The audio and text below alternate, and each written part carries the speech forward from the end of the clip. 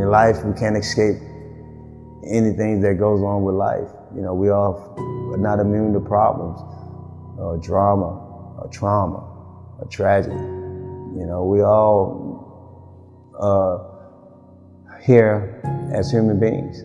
So, you know, when you're going through some sort of difficulties, you know, first find out whatever that difficulty may be. You know, for me, I like to pray. I like to give it to the man upstairs and get strength from him.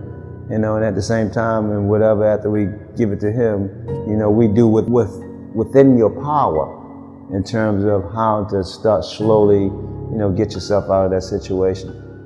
But for one, you know, you give it to the man, you know, you do all within your power, and you believe, you be optimistic about it. You know, being negative about a situation, stand in that place, it never helps. You know, it's nothing wrong with understanding that place, feeling bad about it, looking at it for what it is, but don't stay there. You got to get back on that other side and start looking at the resolution of it, or how can I get back to feeling good and feeling prosperous again, to where I'm not dealing with this obstacle.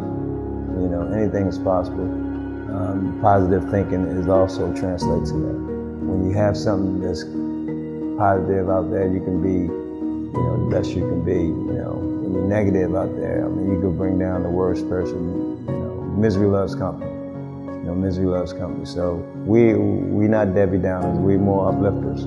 You know, we always, no matter what the situation is, we're gonna try to look for the outcome, the better of that situation. You know, if we can't find a resolution to get out of it, you know, we're gonna keep on searching to continue to try to find a resolution to get out of it, because that's what you do.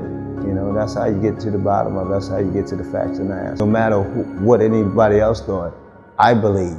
And that's what I want every kid to understand, how to feel good about themselves. When you look at that mirror and you look at that reflection back, not like yourself, love yourself. We all have some sort of deficiencies about ourselves. Some are taller than others, some are a little wider than others, some are a little shorter than others, some, you know, a little disinformed than others. But God created us for a reason, and we need to accept that reason, what He was able to create, and not second guess it. Everybody has some sort of opinion about who you are. Don't give them that platform, don't give them the ammunition. That's their opinion. Don't mean that it's true about who you are. So that's one of the reasons, that's when I want to start this Reach One, Teach One, because I want to make sure that every kid believes in themselves going forward throughout life. We're all human beings. Treat one as you would want to be treated. We got so much diversity going around in this country, in this world right now, that we need to stop and take a step back and just reflect and understand we will want the same thing for our kids that we will want for your kid.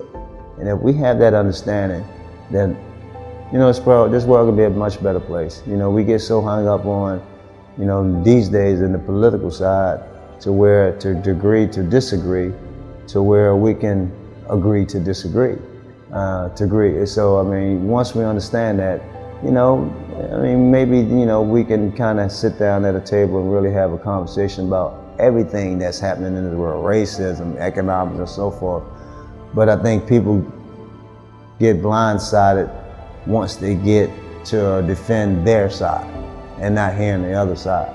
So hopefully we can kind of hear both sides, to agree to disagree, but really understand that we all human beings, you know? So that's one of the main messages I would love to get out to everybody that's out there. As they said, you know, you grown up as a kid, when they say sticks and stones may hurt your bones, but words will never hurt you. It's not true. Words will hurt you now, and they're killing folks. So words are very powerful, very powerful. So the thing is about getting within yourself and understanding who you are, to kind of, you know, ward off those negative comments that's coming toward you, because, you know, as a kid, you know, you're not as strong, you know, as you are as an adult. So when I was a kid, you know, those things was very hurtful, and you know, that was very deterrent at the time, but it didn't distract me. You know, you have to go through those things in order to see the light at the end of the tunnel. You know, I don't think anything is gonna just be like this throughout your life. You know, you have to go through that difficult, overcome obstacle, you know, because it's a testament of your character, of who you are and how you're able to deal with certain things, you know, to get yourself back on that playing field. Because your heart, you know, in measure, it pretty much doesn't have a height to it, you know, it pretty much set the tone of who you are and what you're able to accomplish. You know, you look at whatever your weakness is, you got to try to turn it to a strength and not let them know that this is a weakness. So don't get discouraged, don't get distracted.